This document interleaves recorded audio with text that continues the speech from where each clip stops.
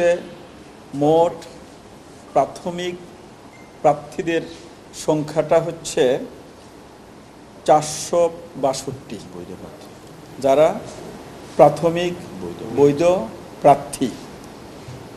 প্রাথমিক ত্রুটিপূর্ণ আছে 47।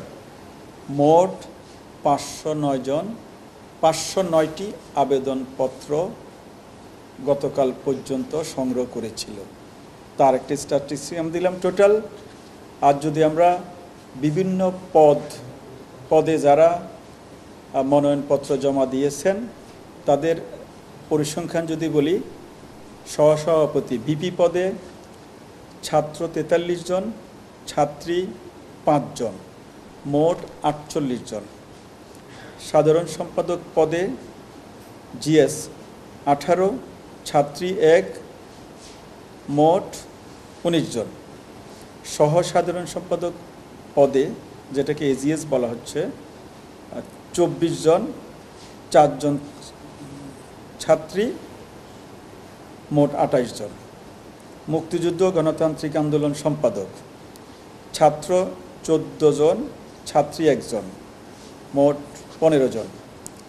বিজ্ঞান ও প্রযুক্তি সম্পাদক ছাত্র 10 জন, ছাত্রী 1 জন, মোট 11 জন।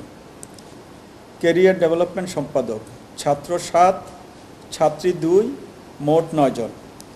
সমাজসেবা সম্পাদক ছাত্র 13, ছাত্রী নেই, মোট 13 জন। মানবাধিকার ও আইন সম্পাদক ছাত্র 8, ছাত্রী 3, মোট 11। স্বাস্থ্য পরিবেশ সম্পাদক 12 ছাত্র, ছাত্রী 3, মোট 15।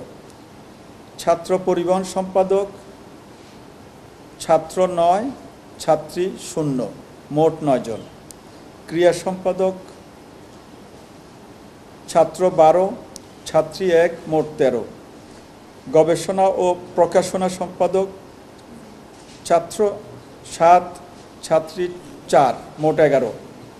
কমন রুম, রিডিং রুম ও ক্যাফেটেরিয়া সম্পাদক ছাত্র 2, ছাত্রী 9, মোট 11।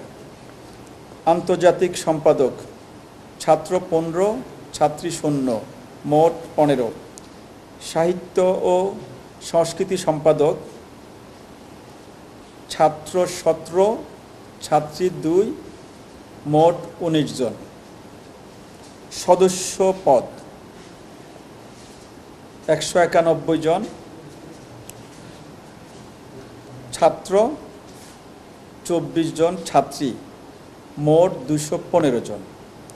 তাহলে টোটাল যদি আমরা হিসাব করি, ছাত্র 402 জন, ছাত্রী 60 জন, মোট 462 জন ছাত্র ছাত্রী ঢাকা বিশ্ববিদ্যালয়ের কেন্দ্রীয় ছাত্র সংসদ নির্বাচনের বিভিন্ন পদে প্রতিদ্বন্দ্বিতা করার জন্য মনোনয়নপত্র বৈধ প্রার্থী হিসাবে প্রাথমিকভাবে আমরা সিদ্ধান্ত